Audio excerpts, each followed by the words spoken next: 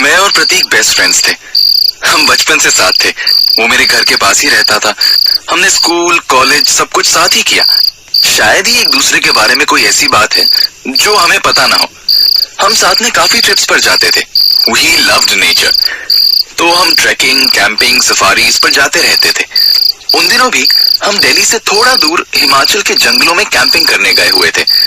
वैसे तो मार्च में बारिश होती नहीं, पर उस रात अचानक से बारिश शुरू हो गई।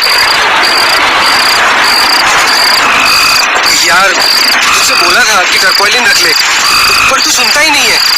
अब क्या करेंगे? यहाँ तो कहीं छुपने की जगह भी नहीं है। तूने कब बोला था? और मुझे क्या पता था मार्च में बारिश हो जाएगी। हाँ, बारिश जैसे तुझे बता के होगी ना। तो तुझे पता था तो तू ही रख लेता। अब क्या करें? यहाँ तो रात भर बारिश में हालत खराब हो जाएगी। सुन, काम करते हैं, थोड़ा आसपास देखते हैं, शायद कहीं कोई जगह मिल जाए। चल उधर चल। हाँ, और कोई रास्ता भी तो नहीं है। प्रतीक, प्रतीक वो देख, वहाँ कुछ है। तुझे वो लाइट नजर आ रही है? कहाँ कहाँ? मुझे कुछ नजर नहीं आ रहा है। अरे वो वहाँ देख, वहाँ सामने, वहाँ तो इधर। अरे इधर आ ना, वहाँ देख सामने, एकदम सामने वहाँ। हाँ, कुछ तो है। किसी का घर लग रहा है। चल वहाँ चलते हैं, जल्दी जल्दी चल। चल वहाँ चल के पूछते हैं। आजा भाग। हमें दूर एक घर में एक बल्ब की लाइट दिखी। हमने सोचा कि इस बारिश से तो बेहतर है कि कहीं बस रात गुजारने के लिए जगह मिल जाए। सवेरे हम निकल जाएंगे। हमारा टेंट और बाकी सामान गीला हो चुका था। उस लाइट को फॉलो करते हुए हम उस घर तक पहुंचे। घर काफी पुराना था और डरावना भी। हमें एक बार लगा कि अंदर जाना चाहिए या नहीं, पर हमारे पास दूसरा और कोई चारा भी तो नहीं था। क्या कहता है, अंदर चले? अब और क्या कर सकते हैं इस बारिश में। हमने थोड़ा डरते हुए दरवाजा खटखटाया। कुछ देर कोई नहीं आया। हमने फिर से खटखटाया। इस बार भी कोई नहीं आया। बारिश तेज हो रही थी। हमें कुछ समझ नहीं आ रहा था कि हम क्या करें। हमने सोचा कि ऐसे कोई दरवाजा नहीं खोलेगा। हम वापस जाने के लिए मुड़ने ही वाले थे कि तभी दरवाजा खुलने की आवाज आई। एक लगभग 70 साल का आदमी दरवाजे पे खड़ा था। नमस्ते अंकल। वो हम दोनों जंगल में कैंपिंग करने को आए थे। अचानक से बारिश शुरू हो गई और अब हमारे पास कोई जगह नहीं है। तो अंकल, क्या हम बस रात भर के लिए आपके घर में रुक सकते हैं? सवेरे होते ही हम चले जाएंगे। नाम क्या है तुम्हारा? जी जी, मैं ऋषभ और ये प्रतीक। आ जाओ, अंदर आ जाओ। Thank you uncle, thank you, thank you uncle. हम घर के अंदर आ गए। घर बहुत अजीब था। लग रहा था जैसे कई सालों से यहाँ कोई रहा ही ना हो। सब चीजें पुरानी थी, काफी पुरानी। ना जाने घर में कब से सफाई ही नहीं हुई थी। घर में काफी अंधेरा भी था। सिर्फ एक छोटा सा बल्ब बीच में जल रहा था। मुझे और प्रतीक दोनों को डर लग रहा था और इसलिए हम एक दूसरे के साथ ही चल रहे थे। यार मुझे कुछ ठीक नहीं लग रहा है यार। मुझे भी। डरने की कोई जरूरत नहीं। इसने कैसे सुन लिया कि हम क्या बात कर रहे हैं? चुप कर, वो इधर ही देख रहा है। आओ, तुम लोग वहाँ क्यों खड़े हो? अंकल, आप यहाँ अकेले रहते हैं? नहीं, मेरी बीवी, मेरी बेटी और मेरा बेटा भी यहीं रहते हैं। अब तो अंकल अभी वो यहाँ नहीं है क्या? है तो यही है, कब से तुम्हारे पीछे। हमने जैसे ही मुड़कर देखा तो लगभग 50 साल की एक औरत, एक 17 साल की लड़की और एक 22 साल का लड़का हमारे पीछे खड़े थे। हमें विश्वास ही नहीं हो रहा था कि कहां से आ गए। पहले तो नहीं थे। हमें पता नहीं क्यों लग रहा था कि कुछ तो गड़बड़ है। ये यहाँ कब से थे? मैंने तो इन्हें नहीं देखा। मैंने भी नहीं। हम तो कब से यही हैं बेटा। अच्छा, तुम लोगों ने कुछ खाया है कि नहीं? जाओ ऊपर से हाथ मुंह धो के आओ, तब तक मैं कुछ खाना लगा लेती हूँ। मैं और प्रतीक साथ में ऊपर चले गए। हम दोनों को डर लग रहा था। ऊपर भी अजीब सा था, जैसे ना जाने कितने दिनों से इस घर की सफाई ही नहीं हुई है। मैं और प्रतीक आपस में बात कर रहे थे कि पहले कौन अंदर जाएगा, कि तभी मैंने देखा कि वो 22 साल का लड़का हमारे पीछे 2 टॉवल लेके खड़ा था। आप दोनों एक एक बाथरूम में जा सकते हैं, ये लीजिए टॉवल्स।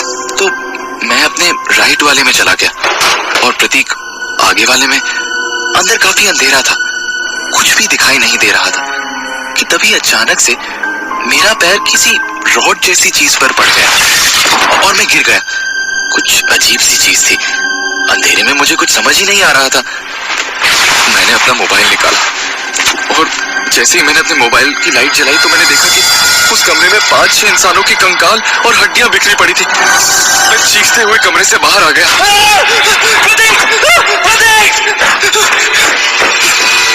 मेरी चीख सुनकर प्रतीक भी बाहर आ गया और वो 22 साल का लड़का भी। क्या हुआ? प्रतीक, वो अंदर क्या हुआ? अंदर से क्या है अंदर? प्रतीक, ये जगह, यहाँ कुछ अंदर तो कुछ भी नहीं है। हटो, मेरे पास से हटो, मेरे पास मत आना। देखो, ओह प्रतीक, ओहो, क्या हुआ? रुक मैं देख कर आता हूँ। मुझे बहुत ज्यादा डर लग रहा था कि तभी प्रतीक अंदर देखकर आया और बोला कि वहां कुछ भी नहीं है। उसने कहा, क्या ऐसा देख लिया तूने? उसने मुझे फिर से अंदर चलने को कहा, लेकिन मैंने मना कर दिया। मेरी हिम्मत ही नहीं हो रही थी वापस अंदर जाने की। हम नीचे डिनर करने गए। मुझे बहुत ज्यादा डर लग रहा था। मैंने प्रतीक से कहा,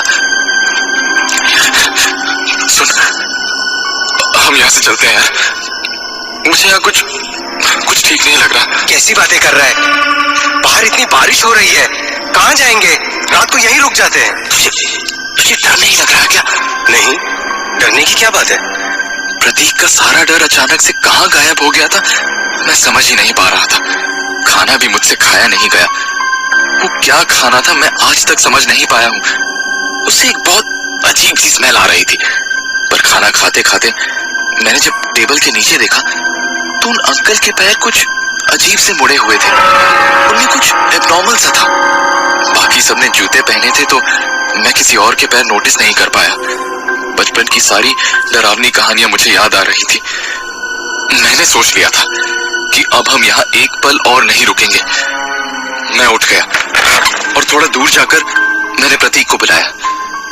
मैंने उससे बोला कि अब हम यहाँ से जा रहे हैं। ऋषभ, अभी बाहर जंगल में कहाँ जाएंगे?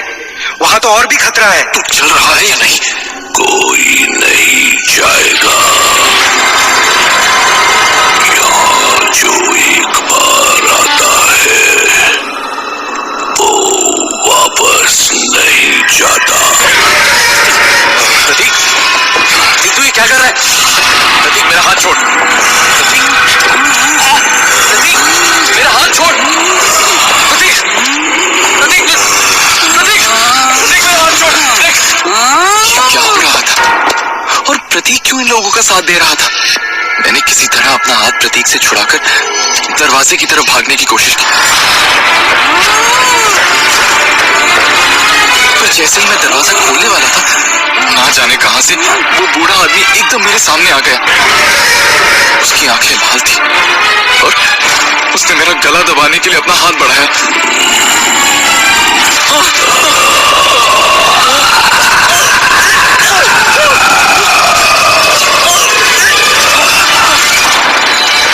मैं वापस घर के अंदर भागा। मैं जैसे ही हॉल के बीच में पहुंचा तो एक तरफ से वो लड़का और लड़की मेरी तरफ बढ़ रहे थे और पीछे से वो बूढ़ा आदमी।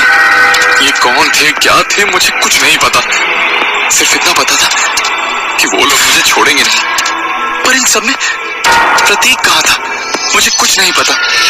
वो ऐसा क्यों कर रहा था ये भी नहीं पता। पर हाँ, इतना जरूर पता था कि वो भी शायद इन लोगों से मिल गया है और अपनी जान बचाने के लिए मुझे मारना चाहता है। मेरा अपना बचपन का दोस्त भी ऐसा कर सकता है? मैंने कभी सोचा नहीं था। अब मेरे पास भागने के लिए और कोई जगह नहीं थी। मैं चारों तरफ से घिर चुका था। सिर्फ सामने एक सीढ़ी थी जहां से मैं पहले ऊपर गया था। मैं सीधा सीढ़ी की तरफ भागा और ऊपर गया। वो तीनों मेरे पीछे आ रहे थे। पर जैसे ही मैं ऊपर गया तो मैंने देखा कि प्रतीक भी उतने ही गुस्से से मेरी तरफ बढ़ रहा है।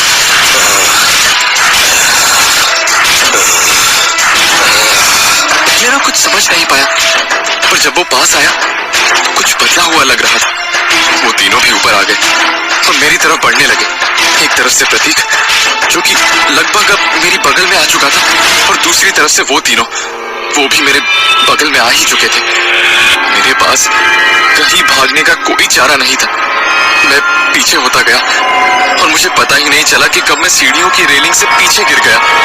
बस मुझे अपने फर्श से टकराने की आवाज सुनाई दी।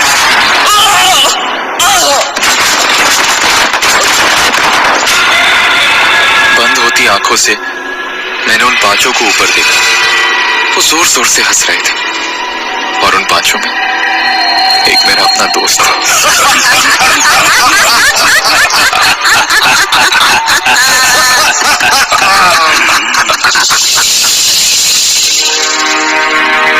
पर दरअसल ये कहानी यहीं खत्म नहीं होती।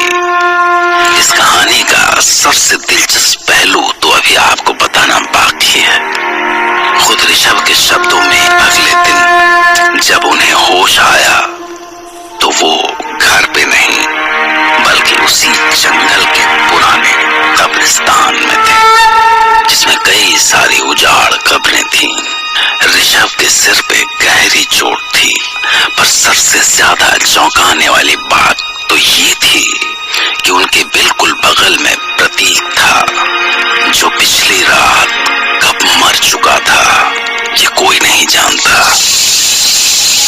वो कैसे मरा कोई ये भी नहीं जानता।